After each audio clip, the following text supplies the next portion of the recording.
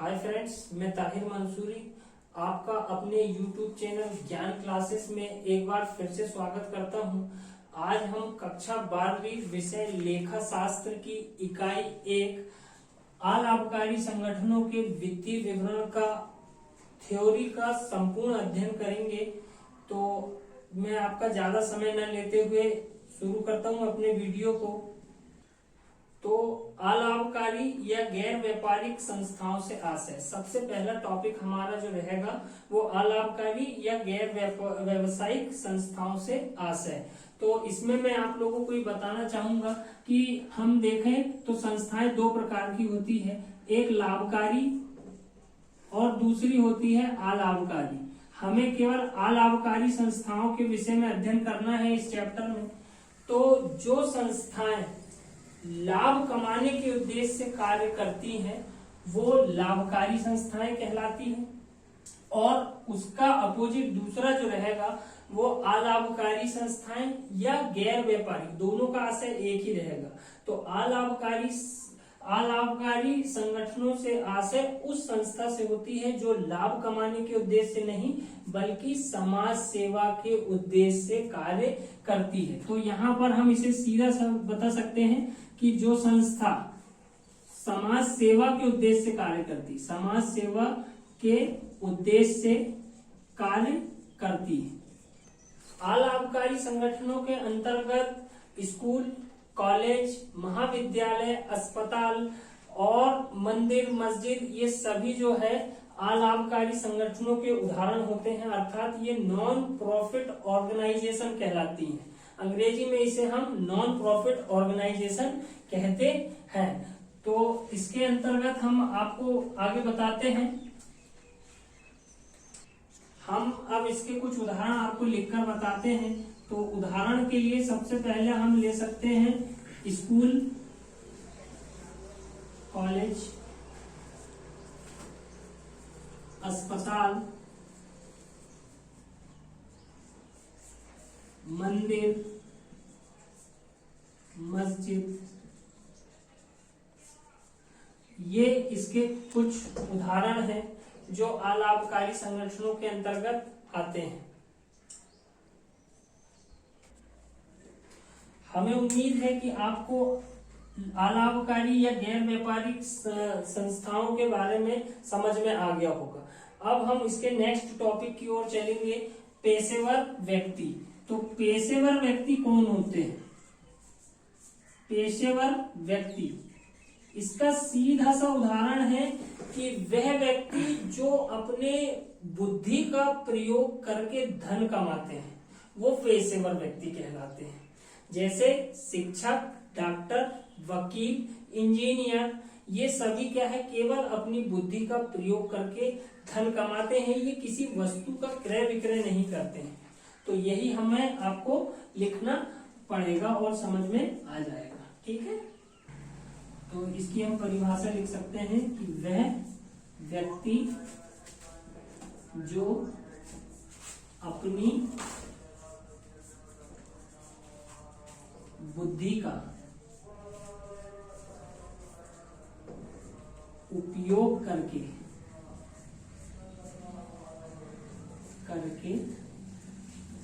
धन कमाते हैं वह पेशेवर व्यक्ति अर्थात प्रोफेशनल पर्सन कहलाते हैं। तो उम्मीद करता हूं आप लोगों को पेशेवर व्यक्ति भी समझ में आ गया होगा। इनके उदाहरण है डॉक्टर, वकील, शिक्षक, जो कि मैं आपको बता चुका हूं। तो मैं इसके उदाहरण भी लिख देता हूं कि डॉक्टर, वकील, शिक्षक, इंजीनियर, ये इनके उदाहरण रहते हैं।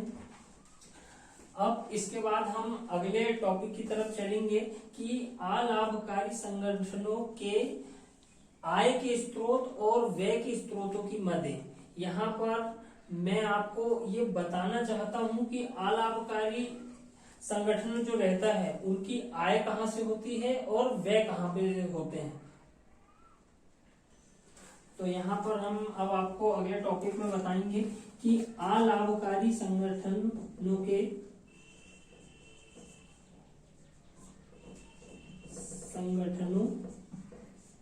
की आय एवं व्यय की मदें, आय एवं व्यय की मदें। तो यहाँ पर आप लोगों को मैं ये बताना चाहूंगा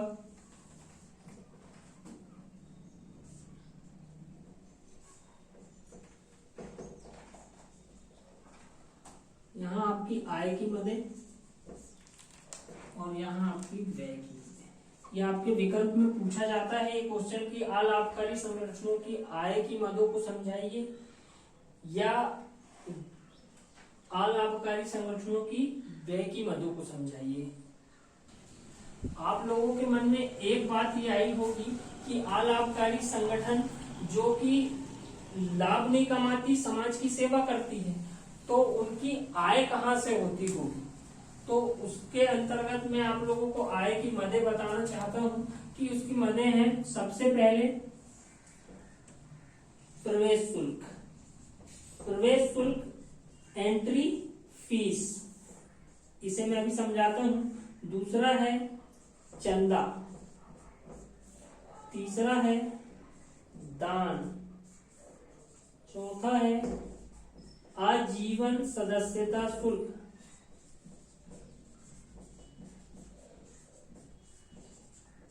लाइफ मेंबरशिप,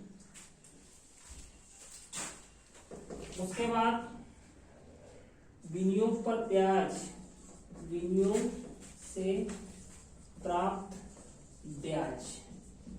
ये इनकी आय की मदें हैं। तो यहाँ पर प्रवेश शुल्क को हम अंग्रेजी में एंट्री फीस बोलते हैं। तो जैसा नाम से ही प्रदर्शित हो रहा है कि जब कोई सदस्य गैर व्यापारिक संस्था में सदस्यता ग्रहण करता है तो संस्था उससे एक एंट्री फीस लेती है, उसे हम प्रवेश शुल्क कहते हैं। इसके बाद आता है चंदा। तो यहाँ पर चंदा, तो चंदा के अंतर्गत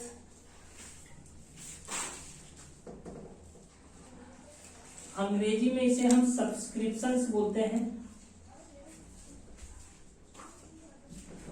ये भी गैर व्यापारिक संस्था द्वारा अपने सदस्यों से प्रति वर्ष या प्रति माह एक निर्धारित राशि दी जाती है, उसे हम चंदा कहते हैं।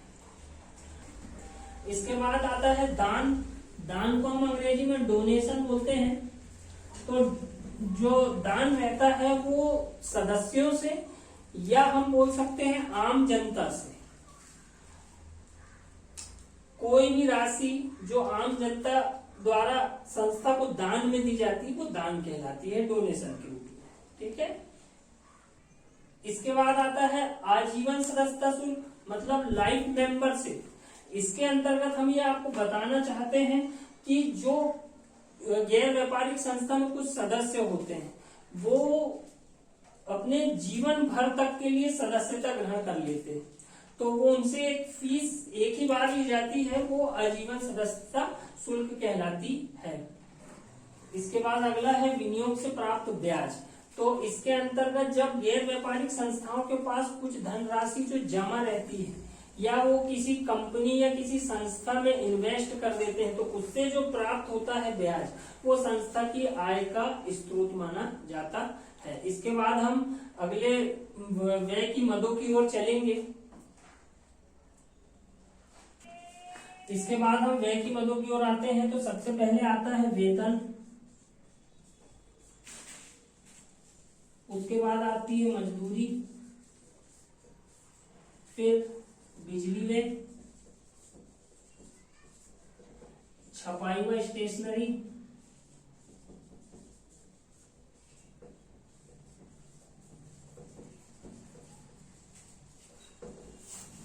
और उसके बाद अखबार। तो ये गैर व्यापारिक संस्थाओं की व्यय की मदें कहलाती, और भी ढेर सारी हैं जिन्हें हम आप अध्ययन कर सकते हैं। तो सबसे पहले वेतन, यदि कोई कर्मचारी उसमें कार्य कर रहा है तो उसे प्रति माह कुछ राशि दी जाती है तो वो वेतन कहलाती है।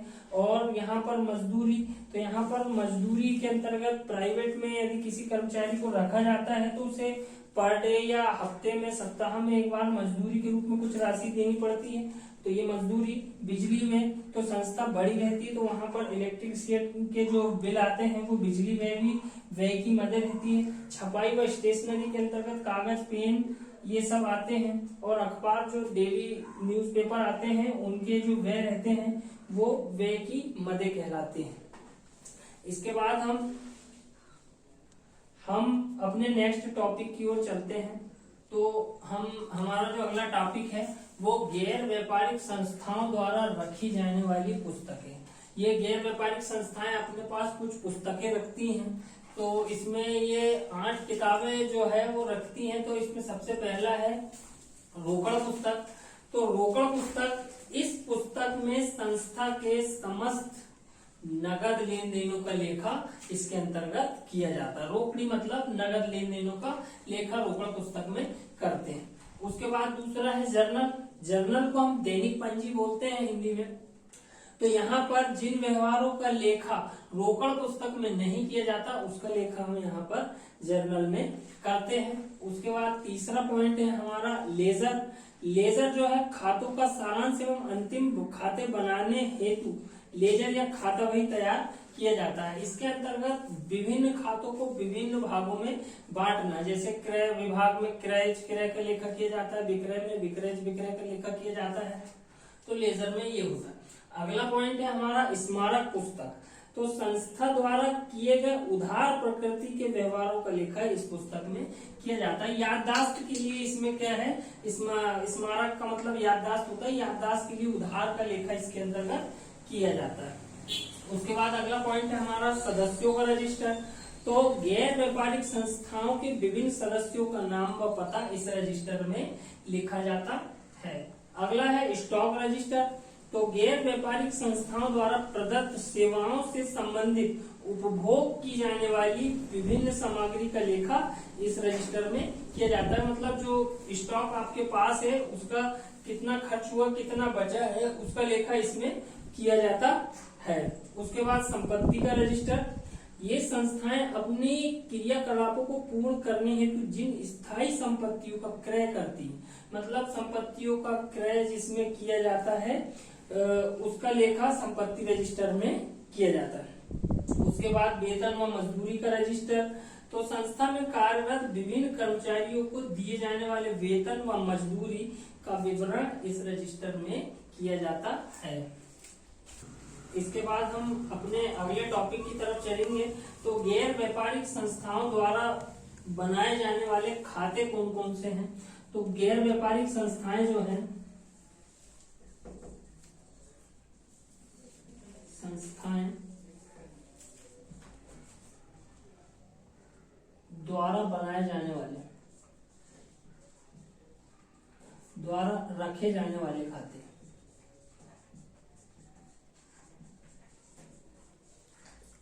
कौन कौन से हो। तो इसमें सबसे पहला है प्राप्ति भुगतान खाता।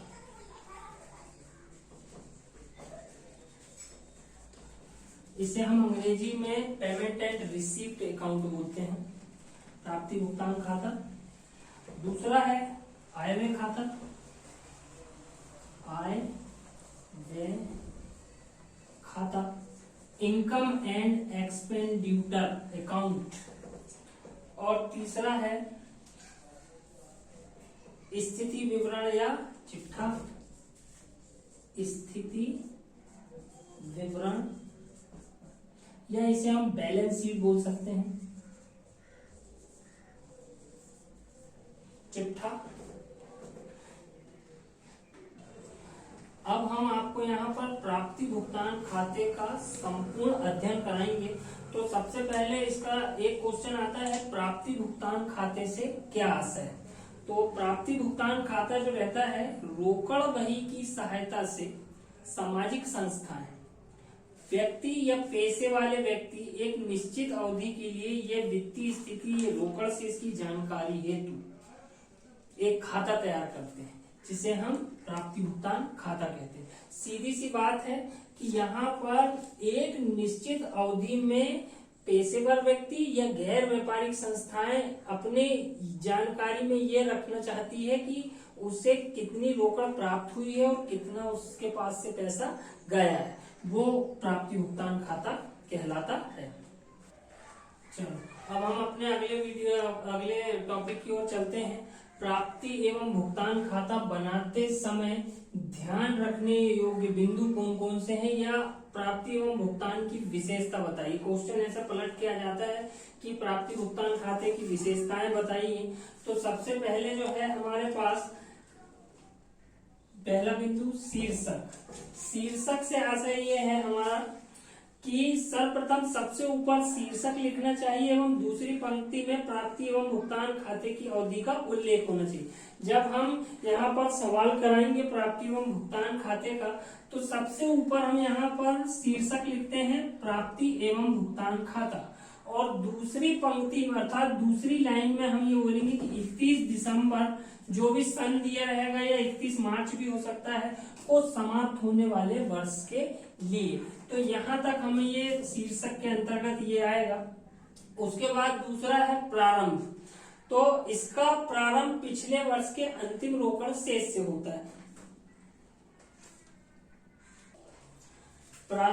इसका प्रारंभ पिछले वर्ष के अंतिम रोकड़ शेष से लिया जाता है। अर्थात यदि पिछले वर्ष का रोकड़ शेष अंतिम रोकड़ शेष 30,000 रहा होगा, तो यहाँ पर शेष लाया गया करके शेष लाया गया ऐसा लिख के हम उसकी प्रारंभिक रोकड़ शेष 30,000 रुपए लिख देंगे। हमारा दूसरा पॉइंट है प्रकृति। तो यहाँ पर ये क्वेश्चन विकल्प के रूप में बार बार पूछा जाता है कि प्राप्ति भुगतान खाता किस प्रकृति का कहा जाता है। तो प्राप्ति भुगतान खाता जो है वास्तविक प्रकृति का माना जाता है।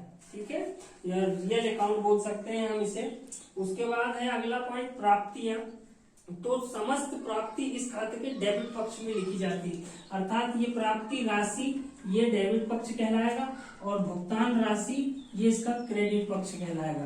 तो यहाँ पर जो समस्त प्राप्तियां रहती है वो डेबिट पक्ष की ओर लिखी जाती है। जो भी पैसा गैर व्यापारिक संस्था के पास आता है वो सभी प्राप्तियां इस पक्ष में आएंगी, और जो भी गैर व्यापारिक संस्था के जो भुगतान रहते हैं वो सब क्रेडिट पक्ष की ओर चले जाएंगे। ठीक है, इसके बाद आता है प्रविष्टियां। तो प्राप्ति एवं भुगतान खाते में प्रविष्टियां करते समय निम्नलिखित बातों को ध्यान रखा जाता है कि प्राप्ति भुगतान खाते की जो प्रविष्टियां हैं किसी भी वर्ष से संबंधित हो। अर्थात यदि हम ये एक उदाहरण के तौर पर मान लें कि 31 दिसंबर 2018 का हम ये बना रहे हैं और हमें यहाँ पर 2014 का पैसा मिला है 10,000 रुपए, और वो हमें 2018 में प्राप्त हुआ है, तो उसकी प्रविष्टि भी प्राप्ति भुगतान खाते में कर ली जाती है। अगला पॉइंट है प्राप्ति एवं भुगतान खाता लिखते समय पूंजीगत और आगमगत मदों पर अंतर नहीं किया जाता है। पूंजीगत और आगमगत मदें जो रहती हैं उस पर अंतर नहीं किया जाता। पैसा कहीं से भी आए उसकी प्रविष्टि कर दी जाती है, पैसा कहीं भी जाए उसकी भी प्रविष्टि कर दी जाती है। इसके बाद अदत्त, पूर्वदत्त, उपार्जित और अनुपार्जित, इसका भी लेखा इसमें नहीं किया जाता है। तो प्राप्ति भुगतान खाते में अदत्त, पूर्वदत्त, उपार्जित और अनुपार्जित का लेखा भी नहीं किया जाता है। उसके बाद समायोजन का लेखा नहीं किया जाता है। समायोजन जो सवाल के नीचे एक समायोजन प्रविष्टियां चलती हैं उसका लेखा इस पे नहीं किया जाता। जैसे अशोध ऋण हो गया, हिरास हो गया, डूबत ऋण हो गया, उसका लेखा भी इसमें प्राप्ति भुगतान खाते में नहीं किया जाता है। अब हमारा अगला टॉपिक है प्राप्ति भुगतान खाता किसी संस्था की आर्थिक स्थिति का घोतक नहीं है। घोतक मतलब चिन्हित या प्रमाणित नहीं है। प्राप्ति भुगतान खाता यदि कोई संस्था या गैर व्यापारिक संस्था रखती है, बनाती है, तो वो किसी भी स्थिति में ये नहीं कहा जा सकता है कि प्राप्ति भुगतान खाता बनाने से उनकी आर्थिक स्थिति अच्छी है या बुरी है। तो यहाँ पर हम इसका बताना चाहेंगे कि पहला पॉइंट जैसे नगद प्राप्ति और नगद भुगतानों का लेखा किया, तो प्राप्ति भुगतान खाते में केवल और केवल नगद प्राप्ति और नगद भुगतानों का लेखा किया जाता है। उधार की इसमें प्रविष्टि होती नहीं है, जिसके कारण भी हम ये बता नहीं सकते कि इनकी आर्थिक स्थिति अच्छी है या बुरी है। दूसरा पॉइंट है हमारा, इस खाते में समस्त आयगत एवं पूंजीगत मदों का लेखा किया जाता है।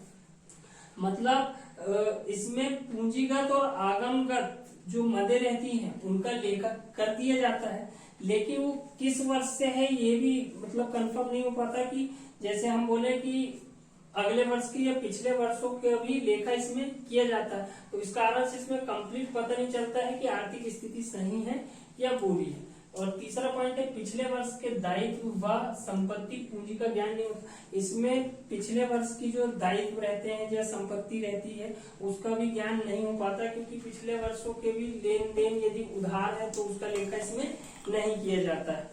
इसके बाद अगला है, इसका अंतर रोकड़ शेष ही बताता है। मतलब प्राप्ति भुगतान खाते का जो शेष रहता है वो हमेशा डेबिट ही रहता है। मतलब आपके पास जितना पैसा है उससे ज्यादा आप खर्च कर ही नहीं सकते, क्योंकि आप उधार प्रविष्टि कर नहीं रहे हो, केवल नगद की प्रविष्टि इसमें कर रहे हो।